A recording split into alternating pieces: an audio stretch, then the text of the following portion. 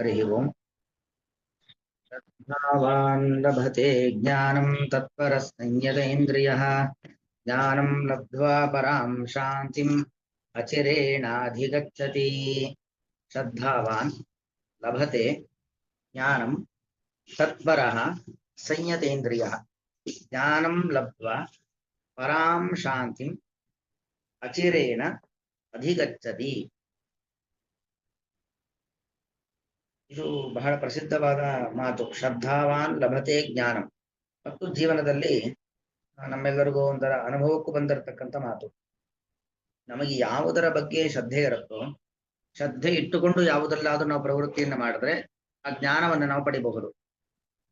ಶ್ರದ್ಧೆ ಇಲ್ಲದೆ ಪ್ರವೃತ್ತಿಯನ್ನು ಮಾಡಿದ್ರೆ ಆ ಜ್ಞಾನವನ್ನು ಪಡಲಿಕ್ಕೆ ಸುಮ್ಮನೆ ಯಾರ್ದೋ ಒಂದು ಒತ್ತಾಯಕ್ಕೆ, ಇನ್ಯಾವುದೋ ಒಂದು ಭಯಕ್ಕೋ ಅನಿವಾರ್ಯಕ್ಕೋ ನಾವು ಯಾವುದಲ್ಲಾದ್ರೂ ಪ್ರವೃತ್ತಿ ಮಾಡಿದ್ವಿ ಅಂತಾದ್ರೆ ನಾವು ಯಾವುದನ್ನು ಕೂಡ ಫಲ ಪಡಲಿಕ್ಕೆ ಆಗೋದಿಲ್ಲ. ಅದರಿಂದಾಗಿ ಒಂದು ವಿದ್ಯೆ, ಅದರಲ್ಲೂ ಮುಖ್ಯವಾಗಿ ಅಧ್ಯಾತ್ಮ ವಿದ್ಯೆ ಗುರಿಯನ್ನ ಮುಟ್ಟಬೇಕು, ನಾವು ಭಗವಂತನ ತತ್ವಜ್ಞಾನವನ್ನ ಪಡಿಬೇಕು ಅಂತ ಆದ್ರೆ ಮುಖ್ಯವಾಗಿ ನಮಗೆ ಬೇಕಾಗಿರತಕ್ಕಂಥದ್ದು ಶ್ರದ್ಧೆ. ಶ್ರದ್ಧೆ ಅಂತ ಹೇಳಿದ್ರೆ ಆಸ್ತಿಕ್ಯ ಬುದ್ಧಿ. ಏನು ಆಸ್ತಿಕ ಮತ್ತು ನಾಸ್ತಿಕ ಅಂತ, ಈ ವೇದ ಪುರಾಣ ಶಾಸ್ತ್ರ ದೇವರು ಇದು ಯಾವುದನ್ನೂ ನಂಬದೇ ಇರತಕ್ಕಂಥ ವ್ಯಕ್ತಿ ನಾಸ್ತಿಕ. ಎಲ್ಲವನ್ನು ಕೂಡ ನಂಬಿ ಒಂದು ಶುದ್ಧವಾದ ಅಂತಃಕರಣವನ್ನ ಇಟ್ಟುಕೊಂಡಂತ ವ್ಯಕ್ತಿ ಆಸ್ತಿಕ.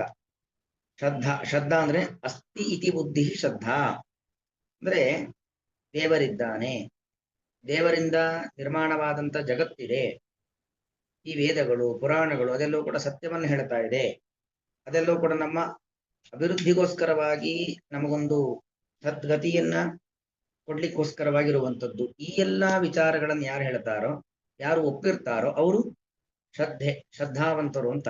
ಆಸ್ತಿಕ್ಯ ಬುದ್ಧಿಯನ್ನ, ಅಸ್ತಿ ಧರ್ಮ, ದೇವರು, ಪುಣ್ಯ ಪಾಪ, ಪುಣ್ಯಕ್ಕನುಗುಣವಾಗಿ ಸುಖ, ಪಾಪಕ್ಕನುಗುಣವಾಗಿ ದುಃಖ, ಪೂರ್ವಜನ್ಮ, ಅನೇಕ ಜನ್ಮಗಳು, ಪ್ರಾರಬ್ಧ ಕರ್ಮವನ್ನ ನಾವು ಅನುಭವಿಸೋದು, ಸುಖ ಪ್ರಾರಬ್ಧಕ್ಕನುಗುಣವಾಗಿ ಸುಖವನ್ನು ಅನುಭವಿಸೋದು, ದುಃಖ ಪ್ರಾರಬ್ಧಕ್ಕನು ಅನುಗುಣವಾಗಿ ದುಃಖವನ್ನು ಅನುಭವಿಸೋದು. ಈ ಎಲ್ಲಾ ವಿಚಾರಗಳನ್ನು ಯಾರು ನಂಬ್ತಾರೋ ಅವರು ಆಸ್ತಿಕರು.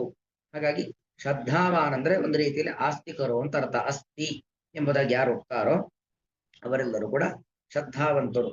ಅಂತಹ ಶ್ರದ್ಧಾವಂತರು ಜ್ಞಾನಂ ಲಭತೆ. ಯಾವ ಜ್ಞಾನ? ಅಧ್ಯಾತ್ಮ ಜ್ಞಾನ.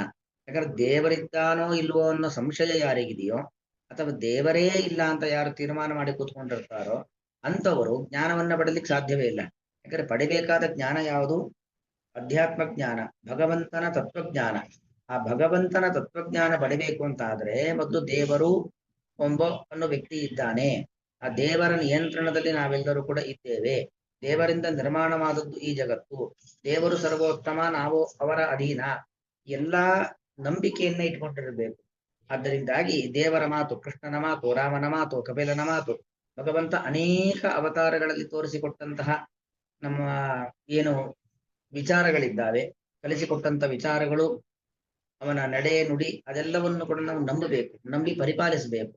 ಅಂತಹ ವ್ಯಕ್ತಿ ಮಾತ್ರ ಭಗವಂತನ ತತ್ವಜ್ಞಾನವನ್ನ ಪಡಲಿಕ್ಕೆ ಸಾಧ್ಯ. ಶ್ರದ್ಧಾವಾನ್ ಜ್ಞಾನಂ ಲಭತೆ. ಆ ಜ್ಞಾನ ಅನ್ನೋದು ಅದು ಯಾರೋ ಮತ್ತೊಬ್ಬರಿಗೋಸ್ಕರ ಅಲ್ಲ. ಆ ಅಧ್ಯಾತ್ಮ ಜ್ಞಾನ ಇದೆಲ್ಲ ಆತ್ಮೋದ್ಧಾರಕ್ಕೆ ಸಂಬಂಧಪಟ್ಟದ್ದು. ಈ ಬೇರೆ ನಾವೇನೋ ಲೌಕಿಕ ವಿಚಾರಗಳನ್ನು ಓದ್ತೀವಿ ಅಂದ್ರೆ ಅದರಿಂದ 10 ಜನರಿಗೆ ಉಪಕಾರ ಆಗ್ಬೋದು. ಆದ್ರೆ ಈ ಶಾಸ್ತ್ರಾಧ್ಯಯನ ಅಂತ ಏನ್ ಕರಿತೀವಿ, ಅದರ ಮೂಲಕವಾಗಿ ನಾವೇನು ಅಧ್ಯಾತ್ಮ ಜ್ಞಾನ, ನಮ್ಮ ಒಳಗೆ ಇರತಕ್ಕಂಥ ದೇವರನ್ನ ಕಾಣುವ ಒಂದು ಜ್ಞಾನವನ್ನ ಏನ್ ಪಡಿತೀವಿ, ಅದು ಪೂರ್ತಿ ಪರ್ಸನಲ್. ಆದ್ರೆ ನಮ್ಮ ಆತ್ಮೋದ್ಧಾರಕ್ಕೆ, ನಮ್ಮ ಅಧ್ಯಾತ್ಮ ಮಾರ್ಗದ ಸಾಗುವಿಕೆಯಲ್ಲಿ ಶ್ರೇಯಸ್ಸಿಗೆ ಕಾರಣವಾಗಿರತಕ್ಕಂಥದ್ದು. ಹಾಗಾಗಿ ಶ್ರದ್ಧಾವಾನ್ ಜ್ಞಾನಂ ಲಭತೆ ಮತ್ಪರಃ ಸಂಯತೇಂದ್ರಿಯ. ಶ್ರದ್ಧಾವಂತನ ಜ್ಞಾನವನ್ನ ಪಡಿತಾನೆ.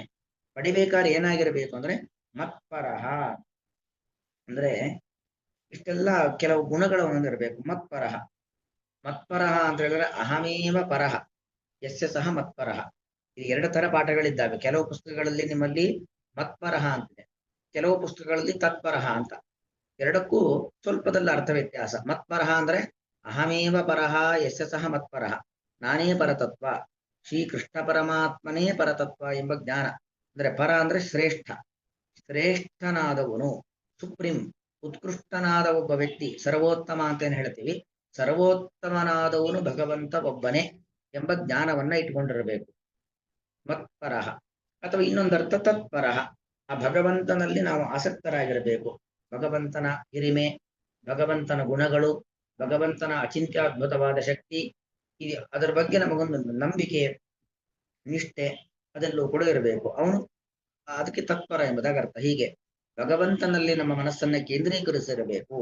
ಬರೀ ದೇವರ ಕಡೆ ನಾವು ಭಕ್ತಿ ಮಾಡಿ, ದಿವಸದಲ್ಲಿ ಒಂದು ಅರ್ಧ ಗಂಟೆಯೋ 1 ಗಂಟೆಯೋ ಭಗವಂತನ ಕಡೆಗೆ ಭಕ್ತಿ ಮಾಡಿ, ಇನ್ನುಳಿದ 22 ಗಂಟೆಗಳ ಕಾಲ ನಾವು ನಮ್ಮ ಇಂದ್ರಿಯಗಳನ್ನ ಹತೋಟಿಯಲ್ಲಿ ಇಟ್ಕೊಂಡಿಲ್ಲ ಅಂತಾದ್ರೆ ಮಾಡಿದ ಭಕ್ತಿ ವ್ಯರ್ಥ. ಅದಕ್ಕೆ ಭಕ್ತಿ ಬೇಕು, ಭಗವಂತ ಸರ್ವೋತ್ತಮ ಎಂಬ ಅರಿವು ಬೇಕು, ಭಗವಂತನೇ ಸರ್ವೋತ್ಕೃಷ್ಟ, ನಮಗೆಲ್ಲ ನಮ್ಮನ್ನ ನಿಯಂತ್ರಣ ಮಾಡುವನು, ಕಂಟ್ರೋಲ್ ಮಾಡುವನು ಎಂಬತಕ್ಕಂಥ ಜ್ಞಾನ ಬೇಕು. ಅದರ ಜೊತೆಗೆ ಸಂಯತೇಂದ್ರಿಯ, ಸಂಯತೇಂದ್ರಿಯ, ಯತ ಅಂದ್ರೆ ಕಂಟ್ರೋಲ್, ಇಂದ್ರಿಯಗಳನ್ನ ನಿಯಂತ್ರಣದಲ್ಲಿ ಇಟ್ಕೊಂಡಿರಬೇಕು. ಇಂದ್ರಿಯ ನಿಯಂತ್ರಣ ಬಗ್ಗೆ ಕೃಷ್ಣ ಸಾಕಷ್ಟು ಹೇಳ್ತಾನೆ. ನಮ್ಮ ಜ್ಞಾನೇಂದ್ರಿಯಗಳು, ಕರ್ಮೇಂದ್ರಿಯಗಳು ಅಂತ ಏನಿದ್ದಾವೆ, ಇದು ವಿಷಯ ಪದಾರ್ಥಗಳನ್ನ ಹಿಂಬಾಲಿಸ್ಕೊಂಡು ಹೋಗ್ತಾ ಇರತ್ತೆ. ಹಾಗೆ ವಿಷಯ ಪದಾರ್ಥಗಳನ್ನ ಅಂದ್ರೆ ರೂಪ ಇರುವಂತ ಕಡೆಗೆ, ಅಂದ್ರೆ ಬಣ್ಣ ಇರುವಂತ ಕಡೆಗೆ, ಶಬ್ದ ಇರುವಂತ ಕಡೆಗೆ, ಸ್ಪರ್ಶ ಇರುವಂತ ಕಡೆಗೆ, ಇದೆಲ್ಲ ಏನಾಗತ್ತೆ, ನೀರು ತಗ್ಗಿನಲ್ಲಿ ಹರಿದು ಹೋಗುವಂತೆ ನಮ್ಮ ಇಂದ್ರಿಯಗಳು ಕೂಡ ವಿಷಯ ಪದಾರ್ಥಗಳನ್ನ ಹಿಂಬಾಲಿಸಿಕೊಂಡು ಹೋಗ್ತಾ ಇರತ್ತೆ. ಆದ್ರೆ ಹಾಗೆ ಹೋಗದಂತೆ ಇಂದ್ರಿಯಗಳನ್ನ ನಿಯಂತ್ರಣ ಮಾಡ್ಕೊಳ್ಬೇಕು, ಕಂಟ್ರೋಲ್ ಅಲ್ಲಿ ಇಟ್ಕೊಳ್ಬೇಕು. ಜಿತೇಂದ್ರಿಯರಾಗಿರಬೇಕು ಅಂತ ಅಭಿಪ್ರಾಯ. ಅಂತಹ ವ್ಯಕ್ತಿ ಜ್ಞಾನಂ ಲಭತೆ, ಜ್ಞಾನವನ್ನ ಪಡಿತಾನೆ. ಜ್ಞಾನ ಅಂದ್ರೆ ಅದು ನಮ್ಮೊಳಗಿನ ತತ್ವಜ್ಞಾನ, ಒಳಗಿನ ಪ್ರಪಂಚವನ್ನ ಕಾಣುತ್ತಾನೆ. ಒಳಗಿನ ಪ್ರಪಂಚದಲ್ಲಿ ಏನಿದೆ, ಹೊರಗಿನ ಪ್ರಪಂಚದಲ್ಲಿ ಇರುವಂತದ್ದೆಲ್ಲವುದು ಕೂಡ ತಾತ್ಕಾಲಿಕವಾದದ್ದು, ಅಶಾಶ್ವತವಾದದ್ದು. ಆದ್ರೆ ನಮ್ಮ ಒಳಗಿನ ಪ್ರಪಂಚ ಇದೆಯಲ್ಲ, ಅಲ್ಲಿ ಇಬ್ಬರಿದ್ದಾರೆ, ಒಬ್ಬ ಜೀವಾತ್ಮ, ಇನ್ನೊಬ್ಬ ಪರಮಾತ್ಮ. ಜೀವಾತ್ಮನನ್ನ ನಿಯಂತ್ರಣ ಮಾಡುವವನು ಅದು ಪರಮಾತ್ಮ. ಆ ಜೀವಾತ್ಮ ನಮ್ಮ ಸ್ವರೂಪ ಏನು, ನಮ್ಮ ನಿಯಂತ್ರವಾಗಿರ್ತಕ್ಕಂಥ ಪರಮಾತ್ಮನ ಸ್ವರೂಪ ಏನು ಅನ್ನೋದನ್ನ ಆ ವ್ಯಕ್ತಿ ಕಾಣುತ್ತಾನೆ. ಅದಕ್ಕೆ ಬೇಕಾಗಿರದಿದ್ದು ಶ್ರದ್ಧೆ ಬೇಕು, ಮತ್ತು ಭಗವಂತ ಪರತತ್ವ ಎಂಬತಕ್ಕಂಥ ನಂಬಿಕೆಯನ್ನು ನಾವು ಇಟ್ಕೊಂಡಿರಬೇಕು, ಇಂದ್ರಿಯಗಳ ನಿಯಂತ್ರಣ ಬೇಕು. ಇಷ್ಟೆಲ್ಲ ಇದ್ರೆ ಮಾತ್ರ ನಾವು ಆ ಭಗವಂತನ ತತ್ವಜ್ಞಾನವನ್ನು ಪಡಲಿಕ್ಕೆ ಸಾಧ್ಯ. ಸರಿ, ದೇವರ ತತ್ವಜ್ಞಾನ ಬಂತು, ಅದರಿಂದ ಏನು ಪ್ರಯೋಜನ ಅಂತ ಹೇಳಿದ್ರೆ, ಜ್ಞಾನಂ ಲಬ್ಧ್ವಾ ಅಚಿರೇಣ ಪರಾಂ ಶಾಂತಿ ಅಧಿಗಚ್ಚತಿ. ಜ್ಞಾನಂ ಲಬ್ಧ್ವಾ, ಜ್ಞಾನ ಬಂತು ಅಂತ ಆದ್ರೆ ಭಗವಂತನ ಸಾಕ್ಷಾತ್ಕಾರ ಬಂತು. ಭಗವಂತನ ಸಾಕ್ಷಾತ್ಕಾರ ಬಂತು ಅಂತ ಆದ್ರೆ ಅಚಿರೇಣ, ವಿಳಂಬ ಇಲ್ಲ. ವಿಳಂಬ ಇಲ್ಲ ಅಂದ್ರೆ ಈ ಜನ್ಮವನ್ನಂತೂ ನಾವು ಮುಗಿಸ್ಲೇಬೇಕು. ಈ ಜನ್ಮ, ನಮ್ಗೆ ಈಗ ಒಂದು ದೇಹ ಏನಿದೆ, ಆ ದೇಹಕ್ಕೆ ಎಷ್ಟು ಆಯುಷ್ಯ ಇದೆ, ಆ ಆಯುಷ್ಯ ಇದ್ದಷ್ಟು ದಿವಸ ಅಂತ ನಾವು ಬದುಕಲೇಬೇಕು. ಆ ಆಯುಷ್ಯ ಮುಗಿದೆ ನಾವೇನು ಮೋಕ್ಷಕ್ಕೆ ಹೋಗ್ಲಿಕ್ಕೆ ಆಗೋದಿಲ್ಲ. ಈ ದೇಹವನ್ನ ಬಿಟ್ಟೆ ಮೋಕ್ಷಕ್ಕೆ ಹೋಗ್ಬೇಕಾಗಿರತಕ್ಕಂಥದ್ದು. ಈ ದೇಹ ಇದ್ದಷ್ಟು ದಿವಸ ಈ ಲೋಕದಲ್ಲಿ ನಾವು ಮತ್ತಷ್ಟು ಪುಣ್ಯವನ್ನ ಸಂಪಾದನೆ ಮಾಡಿಕೊಂಡು ನಮ್ಮ ಪ್ರಾರಬ್ಧವನ್ನ ಕಳ್ಕೊಂಡು ಇನ್ನೂ ಹೆಚ್ಚಿನ ಜನ್ಮಗಳು ಇಲ್ಲದಂತೆ, ಇನ್ನೂ 100, 150, 1000 ಜನ್ಮಗಳು ಬರ್ಲಿಕ್ಕಿದ್ರೆ ಅದೆಲ್ಲವನ್ನು ಕೂಡ ಕಡಿಮೆ ಕಡಿಮೆ ಕಡಿಮೆ ಮಾಡಿಕೊಂಡು ಆದಷ್ಟು ಶೀಘ್ರವಾಗಿ, ಅಚಿರೇಣ, ಸ್ಥಿರ ಅಂದ್ರೆ ವಿಳಂಬವಾಗಿ, ತುಂಬಾ ಡಿಲೇ ಅಂತ ಅರ್ಥ. ಅಚಿರೇಣ ಅಂದ್ರೆ ತುರಂತ, ವೇಗವಾಗಿ, ಬಹಳ ವೇಗವಾಗಿ, ವಿಳಂಬವಿಲ್ಲದೇನೆ, ಅಡೆತಡೆಗಳು ಇಲ್ಲದೇನೆ, ಮತ್ತಿನ್ಯಾವುದೋ ನಾಯಿಯಾಗೋ, ನರಿಯಾಗಿಯೋ, ಮರಗಿಡ ಬಳ್ಳಿಯಾಗಿಯೋ ಹುಟ್ಟದೇನೆ ಆದಷ್ಟು ಶೀಘ್ರವಾಗಿ ಆ ಶಾಂತಿ ಅಧಿಗಚ್ಚತಿ. ಶಾಂತಿ ಅಂದ್ರೆ ಮೋಕ್ಷ, ಯಾಕಂದ್ರೆ ಶಂ ಅಂದ್ರೆ ಸುಖ, ಶಂ ಅಂದ್ರೆ ಸುಖ, ಅದರ ಅಂತ, ತುತ್ತ ತುದಿ, ಸುಖದ ತುತ್ತ ತುದಿ ಅಂದ್ರೆ ಯಾವ್ದು ಗೊತ್ತಾ? ಮೋಕ್ಷ ಸುಖ ಒಂದೇ. ಅಂದ್ರೆ ಉತ್ಕೃಷ್ಟವಾದ ಸುಖ, ಬಹಳ ಎತ್ತರದ ಸುಖ ಅಂದ್ರೆ ಯಾವುದು? ಮೋಕ್ಷ ಸುಖ. ಇನ್ನು ಯಾವುದೇ ಸುಖ ಇದ್ರೂ ಕೂಡ ಮೋಕ್ಷ ಸುಖದ ಮುಂದೆ ಅದು ಕಡಿಮೆನೆ, ಅದು ತುಚ್ಛವಾದದ್ದೇ, ಅಲ್ಪವಾದದ್ದೇ. ಯಾವ ಸುಖ ಬೇಕಾದರೂ ತೆಗೆದುಕೊಳ್ಳಿ, ಎಲ್ಲಾ ಸುಖಗಳು ಕೂಡ ಮೋಕ್ಷ ಸುಖದ ಮುಂದೆ ಕೆಳಗಡೆ. ಸೂರ್ಯನ ಬೆಳಕಿನ ಮುಂದೆ ಎಂತ ಬೆಳಕಿದ್ರೂ ಕೂಡ ಅದೆಲ್ಲ ಅಲ್ಪವೇ ಅಲ್ವಾ? ಎಲ್ಲಾ ಬೆಳಕು ಕೂಡ ಸೂರ್ಯನ ಬೆಳಕಿನ ಮುಂದೆ ಅದು ಅತ್ಯಲ್ಪವಾದದ್ದು. ಹಾಗೆ ಮೋಕ್ಷ ಸುಖದ ಮುಂದೆ ಎಂತ ಸುಖಗಳು ಕೂಡ ಅತಿ ಅಲ್ಪವಾದದ್ದು. ಹಾಗಾಗಿ ಶಂ ಅಂದ್ರೆ ಸುಖ, ಅದರ ಅಂತ ಅಂದ್ರೆ ಉತ್ಕೃಷ್ಟವಾದ ಸುಖ, ಸುಖದ ಎತ್ತರಕ್ಕೆ ಏರ್ತಾನೆ, ಮೋಕ್ಷವನ್ನ ಪಡಿತಾನೆ. ಅದು ಏನು ಗಚ್ಚತಿ ಅಲ್ಲ, ಅಧಿಗಚ್ಚತಿ, ಚೆನ್ನಾಗಿ ಹೋಗ್ತಾನೆ. ಅಲ್ಲಿ ಹೋಗಿ ಆ ಮೋಕ್ಷ ಸುಖವನ್ನ ಅನುಭವಿಸುತ್ತಾನೆ. ಅವನ ಯೋಗ್ಯತೆಗೆ ಅನುಗುಣವಾಗಿ ಮೋಕ್ಷ ಸುಖವನ್ನ ಅನುಭವಿಸ್ತಾನೆ. ಯಾವಾಗ ಅನುಭವಿಸ್ತಾನೆ ಅಂತಂದ್ರೆ ಅಚಿರೇಣ ಹೆಚ್ಚು ವಿಳಂಬ ಇಲ್ಲ, ಅತ್ಯಂತ ವಿಳಂಬವಿಲ್ಲದಂತೆ ಅವನು ಆ ಮೋಕ್ಷ ಸುಖವನ್ನ ಶೀಘ್ರವಾಗಿ ಅನುಭವಿಸ್ತಾನೆ. ಅಲ್ಲಿಗೆ ಮೋಕ್ಷ ಸುಖ ಬೇಕು ಅನ್ನೋದು ಪ್ರತಿಯೊಬ್ಬರ ಬಯಕೆ. ಯಾವ ಬಂಧನ ಇರಬಾರದು, ಯಾವ ದುಃಖಗಳು, ಯಾವ ನಷ್ಟಗಳು, ಯಾವ ಕಷ್ಟಗಳು, ಯಾವ ಅನಾರೋಗ್ಯಗಳು, ಇದ್ಯಾವುದು ನಮಗೆ ಚಿಂತೆಗಳು, ತಾಪತ್ರಯಗಳು, ಅನಾರೋಗ್ಯ ಇದ್ಯಾವುದು ನಮ್ಗೆ ಇರಬಾರದು. ಅದಿಲ್ಲದೆ ಕೇವಲ ಸುಖವನ್ನೇ ಬೇಕು ಅಂತ ಬಯಸ್ತೇವೆ. ಆ ಸುಖವನ್ನೇ ಬೇಕು ಅಂತ ಬಯಸುವುದಾದ್ರೆ ನಿಜವಾದ ಸುಖ ಮೋಕ್ಷ ಸುಖ, ಅದನ್ನ ಪಡೆಯುವ ಪ್ರಯತ್ನ ಮಾಡಬೇಕು. ಅದನ್ನ ಪಡಿಬೇಕು ಅಂತ ಆದ್ರೆ ದೇವರಲ್ಲಿ ಶ್ರದ್ಧೆ, ಶಾಸ್ತ್ರಗಳಲ್ಲಿ, ಧರ್ಮಗಳಲ್ಲಿ, ಗುರು ಹಿರಿಯರಲ್ಲಿ ಶ್ರದ್ಧೆ ಇಟ್ಟುಕೊಂಡು ನಾವು ಆ ಜ್ಞಾನವನ್ನ ಪಡಿಬೇಕು. ಮತ್ತು ಭಗವಂತನೇ ಸರ್ವೋತ್ತಮ ಎಂಬತಕ್ಕಂತಹ ಜ್ಞಾನ ಇರಬೇಕು. ಇಂದ್ರಿಯಗಳ ನಿಯಂತ್ರಣ ಇರಬೇಕು. ಅದೆಲ್ಲ ಇದ್ದಾಗ ಮೋಕ್ಷವನ್ನ ಪಡೆಯಲಿಕ್ಕೆ ಸಾಧ್ಯ ಎಂಬತಕ್ಕಂಥ ಮೋಕ್ಷವನ್ನ ಪಡೆಯುವ ಮಾರ್ಗದರ್ಶನವನ್ನ ಶ್ರೀಕೃಷ್ಣ ಪರಮಾತ್ಮ ಇಲ್ಲಿ ಮಾಡ್ತಾ ಇದ್ದಾನೆ. ಶ್ರದ್ಧಾವಾನ್, ದೇವರಲ್ಲಿ, ಧರ್ಮದಲ್ಲಿ, ಗುರುಗಳಲ್ಲಿ, ಹಿರಿಯರಲ್ಲಿ ಯಾರು ಒಳ್ಳೆ ಒಂದು ಸ್ಥಾನ ಮಾನವನ್ನ ಪಡೆದವರು ಜ್ಞಾನಿಗಳು ಅಂತಿರ್ತಾರೋ ಅಂಥವರೆಲ್ಲರಲ್ಲೂ ಕೂಡ ನಂಬಿಕೆಯನ್ನು ಹೊಂದಿ, ಮತ್ಪರಹ, ನಾನೇ ಪರತತ್ವ ಅಂದ್ರೆ ಶ್ರೀಕೃಷ್ಣ ಪರಮಾತ್ಮ ಅವನ ಅನೇಕ ಅವತಾರ ರೂಪಗಳು, ಅದೇ ಪರತತ್ವ ಎಂಬ ನಂಬಿಕೆಯನ್ನು ಹೊಂದಿ, ಅಥವಾ ತತ್ಪರ, ಭಗವಂತನೇ ಹಿರಿಯ ತತ್ವ ಎಂಬ ನಂಬಿಕೆಯನ್ನು ಹೊಂದಿ, ಸಂಯತೇಂದ್ರಿಯ, ಇಂದ್ರಿಯಗಳನ್ನು ಚೆನ್ನಾಗಿ ನಿಯಂತ್ರಣದಲ್ಲಿ ಇಟ್ಟುಕೊಂಡು, ಜ್ಞಾನಂ ಲಭತೆ, ಜ್ಞಾನಂ ಅಂದ್ರೆ ಅಪರೋಕ್ಷ ಜ್ಞಾನ, ಶಾಸ್ತ್ರವನ್ನ ಓದಿ ತಿಳಿದು ಬರ್ತಕ್ಕಂಥ ಜ್ಞಾನ ಪರೋಕ್ಷ ಜ್ಞಾನ.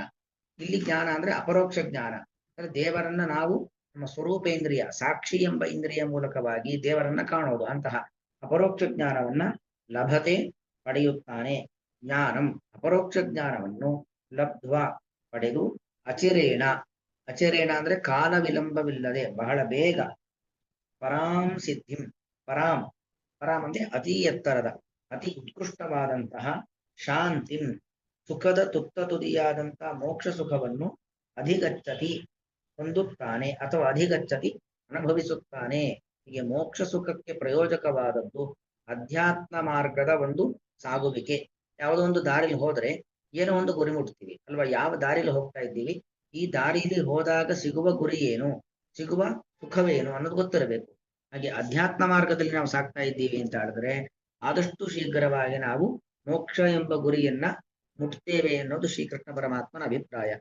ಶ್ರದ್ಧಾವಾನ್ ಲಭತೆ ಜ್ಞಾನಂ ಮತ್ಪರ ಸಂಯತೇಂದ್ರಿಯ, ಜ್ಞಾನಂ ಲಬ್ಧ್ವಾ ಪರಾಂ ಶಾಂತಿಂ ಅಚಿರೇಣಾಧಿಗಚ್ಚತಿ. ಶ್ರೀಕೃಷ್ಣಾರ್ಪಣಮಸ್ತು.